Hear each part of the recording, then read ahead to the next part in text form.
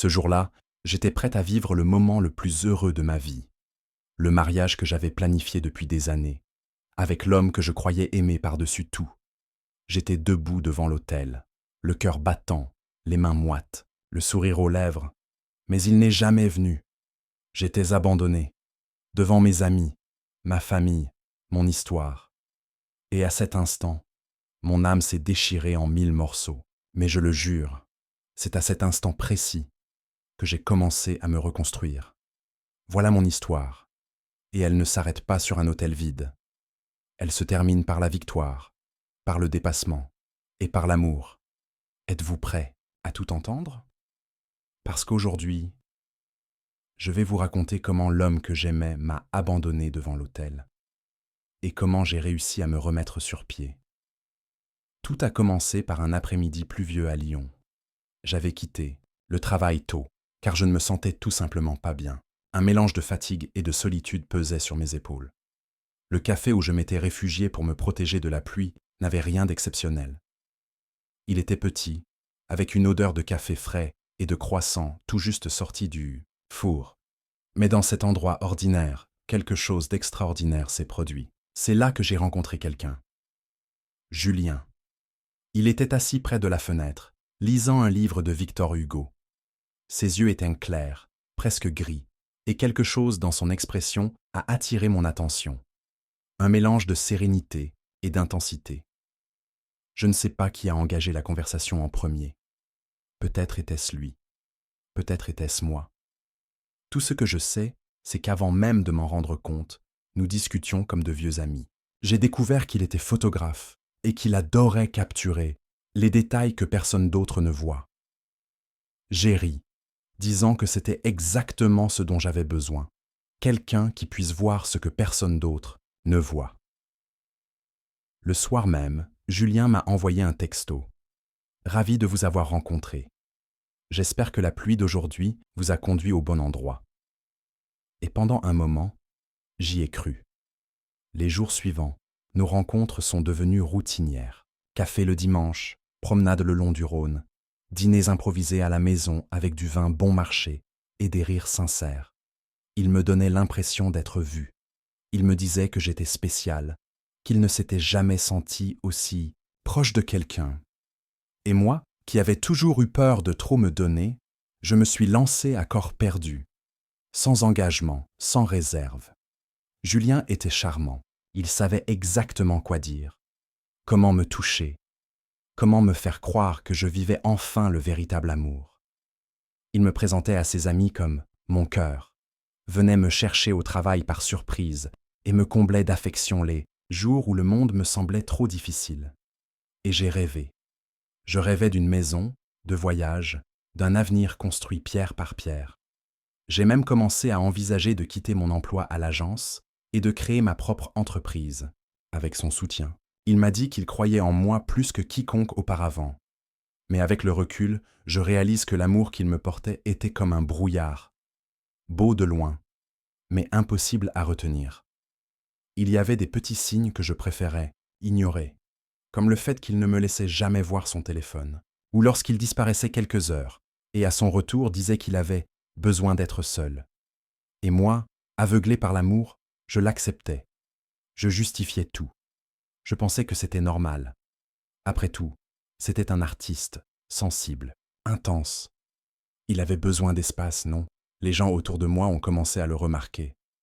Mon meilleur ami, Élodie, m'a dit un jour « Tu es différente. On dirait que tu dois toujours t'expliquer. » Mais je ne voulais pas l'entendre.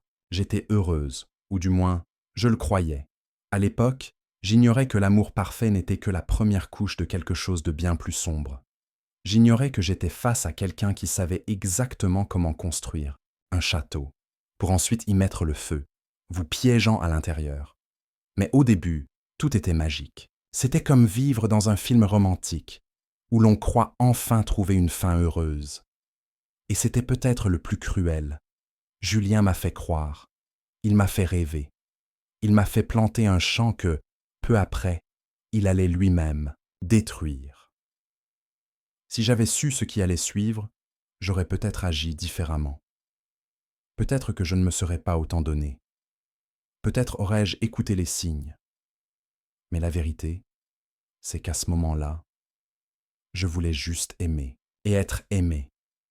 Petit à petit, cet amour qui ressemblait à de la poésie est devenu un fardeau. Mais je ne m'en suis rendu compte que lorsque j'y étais jusqu'au cou. Julien était subtil. Il ne criait pas, ne cassait rien, ne faisait pas de scène. Son contrôle était plus fin. Il commençait par de petites suggestions qui ressemblaient à des conseils amoureux. Il disait des choses comme « Tu es plus jolie quand tu portes du bleu clair, tu devrais en porter plus souvent. » Ou bien « Je crois que ton amie Élodie est jalouse de toi, tu ne te rends pas compte ?» À l'époque, je trouvais ça mignon. Je me disais « Il se soucie de moi, il me surveille, il me connaît. » Mais au bout d'un moment, j'ai compris que ce n'était pas de l'affection, mais de la manipulation. Chaque compliment cachait une critique, chaque attention une limite. Il disait vouloir le meilleur pour moi, mais le meilleur correspondait toujours à ses désirs. Si je parlais de sortie entre amis, il fronçait les sourcils. Il disait que je prenais mes distances. Un jour, quand je suis rentrée du travail, toute contente de lui annoncer que mon patron m'avait félicité pour une campagne, il m'a répondu, froidement, « J'espère que tu ne tomberas pas amoureux de ton patron maintenant. » Au début, j'ai ri, puis j'ai commencé à avoir peur de lui dire quoi que ce soit. Il me donnait l'impression que j'avais toujours tort, et qu'il était le seul à vraiment me comprendre. Les gens autour de moi ont commencé à disparaître, non pas parce que je le voulais, mais parce que je me sentais mal de vouloir être avec eux. C'était comme si Julien effaçait peu à peu le monde qui m'entourait, pour que je ne puisse plus voir que lui. Je me souviens d'un soir en particulier. J'avais prévu de sortir avec mes collègues, quelque chose de simple, juste pour manger une pizza après le travail. Quand je lui ai annoncé la nouvelle, j'ai remarqué un silence à l'autre bout du fil. Puis, à voix basse, il a dit « C'est drôle. Je pensais que tu voulais passer plus de temps avec moi, mais si leur compagnie est plus importante… » La culpabilité m'a envahi immédiatement. J'ai tout annulé. Je suis rentré chez moi et j'ai cuisiné pour lui.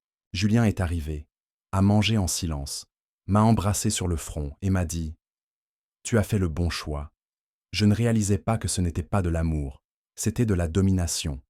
Il façonnait ma routine, mes amitiés, ma façon de parler et même ma façon de m'habiller. J'ai commencé à porter les vêtements qu'il aimait. J'ai commencé à parler plus doucement en public, car il disait que ma voix attirait trop l'attention. J'ai arrêté de publier des photos sur Instagram, car il disait qu'il ne voulait pas que notre intimité soit exposée. En réalité, il voulait juste m'isoler. Une partie de moi essayait de se justifier. C'est comme ça qu'il est. Il a vécu des traumatismes, il manque d'assurance. Et peut-être l'était-il. Mais rien de tout cela ne justifiait ce qu'il me faisait ressentir. Car, pendant qu'il grandissait, s'épanouissait dans la photographie, voyageait, rencontrait de nouvelles personnes, j'étais juste là, immobile, essayant de ne pas me tromper. Je vivais comme dans un champ de mine. Chaque mot pouvait faire exploser quelque chose. Et tout cela avec le sourire. Julien n'était pas du genre à crier. Il m'a juste regardé avec un air déçu et a dit « Tu as changé. Tu n'es plus l'homme dont je suis tombée amoureuse. » Et moi, j'y croyais. Je pensais que c'était ma faute, que je devenais peut-être vraiment inintéressante, que je ne lui suffisais peut-être pas. Mais en moi, quelque chose a commencé à craquer. Car même enfermé dans cette bulle, même empoisonné par cet amour toxique, une partie de moi se souvenait de qui j'étais. Que rire avec mes amis, raconter des blagues idiotes, sortir sans avoir peur de consulter mon téléphone me manquait. Je me manquais de moi-même. Et c'est ce désir, ce cri silencieux, né au plus profond de ma poitrine, qui un jour commença à me réveiller. D'abord timidement, comme une brise frappant une fenêtre fermée. Mais bientôt, ce serait la tempête. C'était un vendredi soir. La ville semblait suspendue dans une fine brume froide, de celles qui enveloppent Paris et rendent tout plus silencieux. J'étais rentré tôt du travail. J'étais fatigué, épuisé, mais j'éprouvais une étrange envie de revoir Julien. Je voulais le surprendre, peut-être raviver quelque chose entre nous. même si tout en moi était presque éteint. J'ai apporté du vin, acheté son plat préféré, du bœuf bourguignon, d'un restaurant qu'il adorait. J'avais prévu d'allumer des bougies et de mettre cette vieille playlist qu'on écoutait au début de notre relation. Je voulais juste nous rappeler comment tout a commencé, quand il me faisait rire aux larmes et me regardait comme si j'étais la chose la plus précieuse au monde. Mais quand j'ai ouvert la porte de l'appartement, j'ai su. Ce n'était pas à cause de l'odeur du parfum, une senteur boisée qui n'était pas la sienne, ni à cause des rires étouffés provenant de la pièce. C'était à cause du silence qui s'était abattu sur moi, comme si tout mon corps me disait « Le moment est venu, vous le voyez de vos propres yeux ». Je marchais lentement vers la pièce, comme si le sol me tirait en arrière. La porte était entr'ouverte, et par une fente, je vis Julien, avec Thomas. Oui, Thomas, son meilleur ami, celui qui venait naturellement à la maison, celui qui m'appelait « mon beau-frère » en plaisantant, celui qui me donnait des conseils quand je disais que Julien se comportait bizarrement. Il savait tout, peut-être depuis le début. Et pourtant, je ne suis pas entré dans la chambre. Je n'ai pas crié, je n'ai pas pleuré. J'ai calmement fermé la porte de l'appartement et je suis descendu en silence. J'ai marché sans but dans les rues de Paris, les mains tremblantes et la poitrine vide. Je n'éprouvais même pas de colère. C'était une sorte de mort intérieure, comme si tout ce que j'étais m'avait été arraché en quelques secondes. Assise, sur un banc du Pont-Neuf, je regardais les bateaux passer sur la Seine. Je me souvenais de notre premier baiser. Je me souvenais de ses promesses, quand il m'avait dit « Avec toi, je veux tout. Je veux même les jours difficiles. » Je me souvenais de la première fois où il m'avait tenu la main en public, avec fierté. Je me souvenais des lettres que nous échangions, des nuits où il me demandait de rester un peu plus longtemps. Et maintenant, il était là, avec quelqu'un d'autre, dans notre lit. Le pire, ce n'était pas la trahison physique, c'était la trahison émotionnelle. C'était la confiance. Donner mon essence à quelqu'un qui, au final, ne me voulait que comme un reflet de lui-même, comme un bel objet qu'il pouvait modeler et cacher. Il ne m'aimait pas, il aimait le pouvoir qu'il avait sur moi. Je suis resté là des heures, je ne suis rentré qu'au lever du soleil. Julien était déjà parti, probablement pour éviter une confrontation. Il y avait un mot sur la table. Simple, froid, écrit de sa main impeccable. Louis, je suis vraiment désolé. Ça n'aurait pas dû se passer comme ça. On s'est égaré en chemin. Je suis désolé de ne pas avoir été honnête avec toi plus tôt. Prends soin de toi. La colère est arrivée à ce moment-là, forte. J'ai froissé ce papier et je l'ai jeté. Je me suis regardé dans le miroir du couloir et, pour la première fois depuis longtemps, j'ai vu quelqu'un de brisé, mais toujours là, toujours debout, encore capable de se reconstruire. La trahison a été le déclencheur. Mais en vérité, la douleur était là depuis longtemps. Elle m'a seulement fait voir clairement ce que je faisais semblant de ne pas voir. Julien ne m'aimait plus, et peut-être n'avait-il jamais aimé le vrai Louis. Il aimait la version modelée, polie et soumise. Et maintenant, il me transformait comme on change de chemise, sans explication, sans considération. Mais quelque chose en moi s'est réveillée ce jour-là.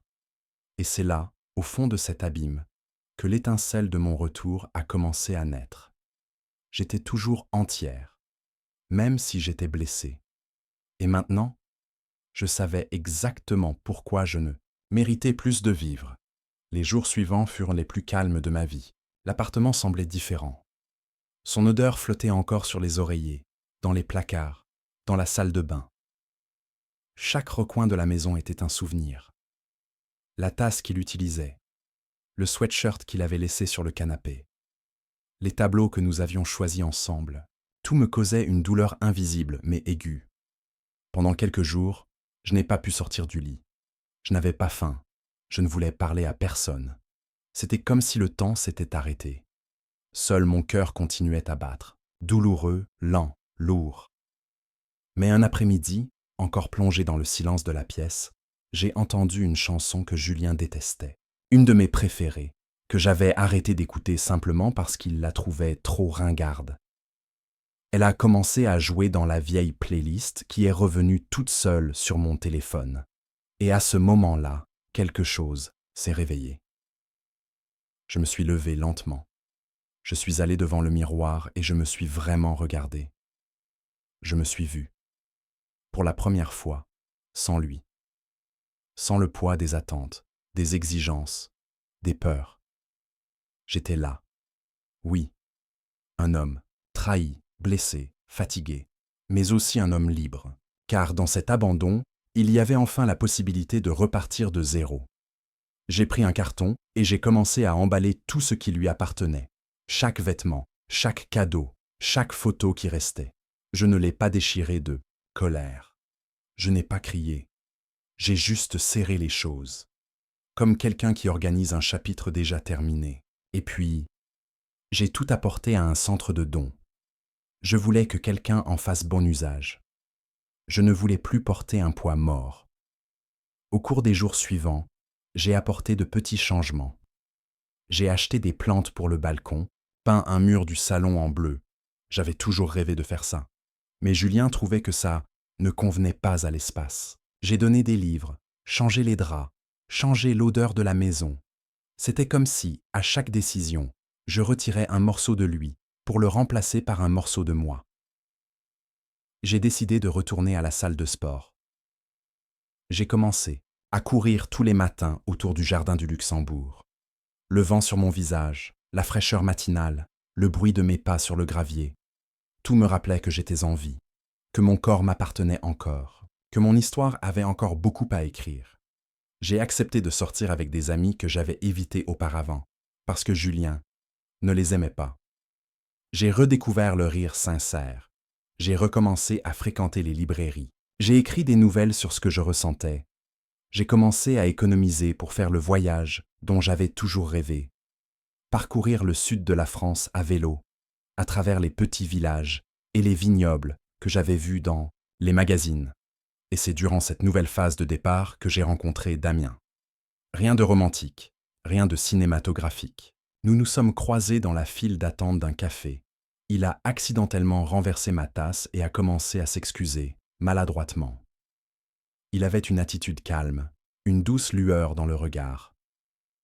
Nous avons discuté quelques minutes, échangé nos coordonnées. Il m'a invité à une exposition de photos ce week-end-là. Et j'ai accepté, non pas parce que je cherchais un nouvel amour, mais parce que, pour la première fois, j'éprouvais une curiosité sans crainte pour quelqu'un. Avec Damien, il n'y avait pas de jeu. Il n'exigeait pas de moi des versions différentes. Il écoutait simplement. Et lorsqu'il m'a raconté la rupture difficile qu'il avait vécue, j'ai compris qu'il y avait quelque chose de beau dans le fait que deux cœurs brisés ne cherchent pas à se réparer l'un l'autre, mais essaient simplement de s'accompagner doucement dans leur guérison. Je ne suis pas tombée amoureuse tout de suite, mais j'ai appris à m'apprécier en sa présence. Et c'était le plus beau cadeau. Recommencer n'a pas été un moment magique. C'était une succession de petits choix. Sortir du lit, ouvrir les fenêtres, appeler quelqu'un, écouter de la musique, changer une habitude. Chaque pas me rendait une part de moi-même. Et finalement, j'ai compris que l'abandon devant l'autel, cette douleur absurde et dévastatrice, avait été le déclencheur qui m'avait libéré d'une prison dans laquelle j'ignorais même vivre. Aujourd'hui, je regarde en arrière sans haine. Julien a fait ce qu'il pensait devoir faire. Je ne peux rien y changer. Mais la façon dont j'ai choisi de continuer, c'était mon plus grand acte d'amour-propre. Aujourd'hui, 2 ans après cet hôtel vide, je n'ai plus besoin de regarder en arrière avec douleur. Ce qui était autrefois une plaie ouverte est devenu une cicatrice qui ne me gêne pas, mais qui me rappelle la force que j'ai découverte en moi quand tout semblait s'effondrer.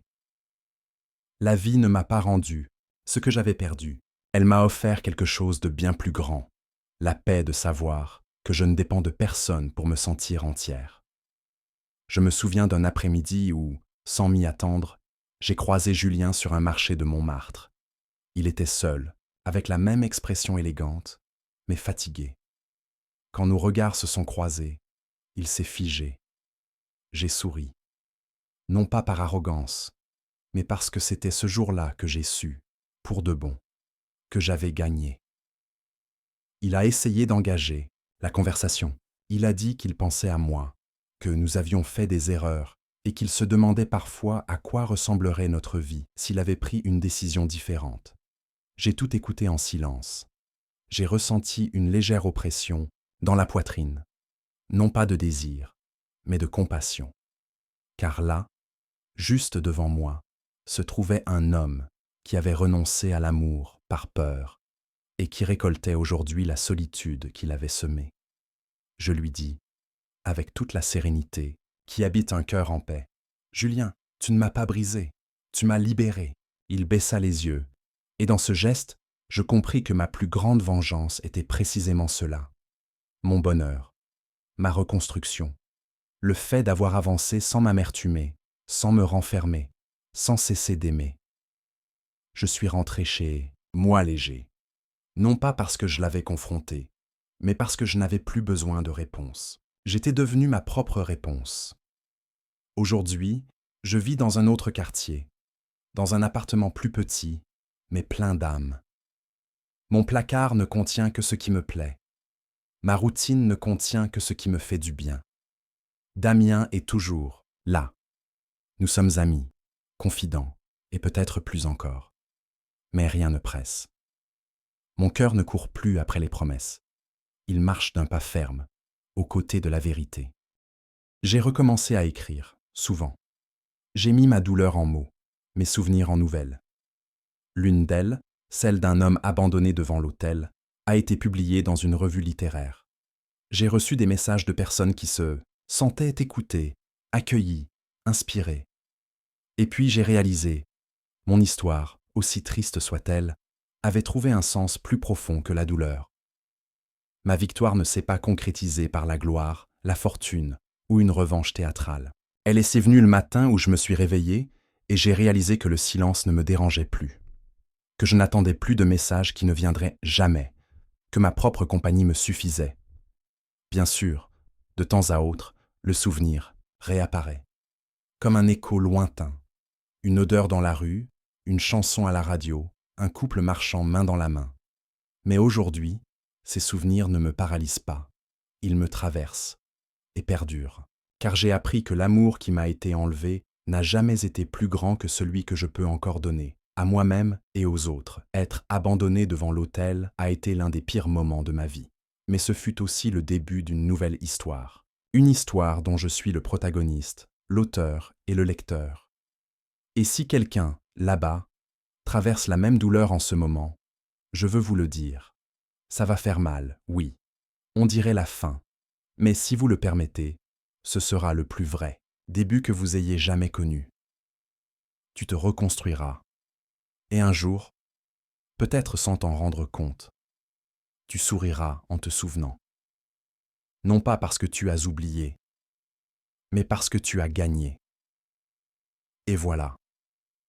Si un jour tu es aussi abandonné par quelqu'un qui avait juré d'être à tes côtés, souviens-toi de ce que j'ai vécu. Ce qui semble être la fin peut en réalité être l'élan dont tu avais besoin pour te retrouver. Aujourd'hui, je n'ai plus de rancune. Je porte en moi l'apprentissage, la force et un cœur entier. Merci de m'avoir écouté jusqu'ici. Si cette histoire vous a touché, n'oubliez pas d'aimer, de vous abonner à la chaîne et de laisser un commentaire. Avez-vous déjà vécu une expérience similaire? Parlons-en. À bientôt pour le prochain chapitre de ma vie ou de la vôtre.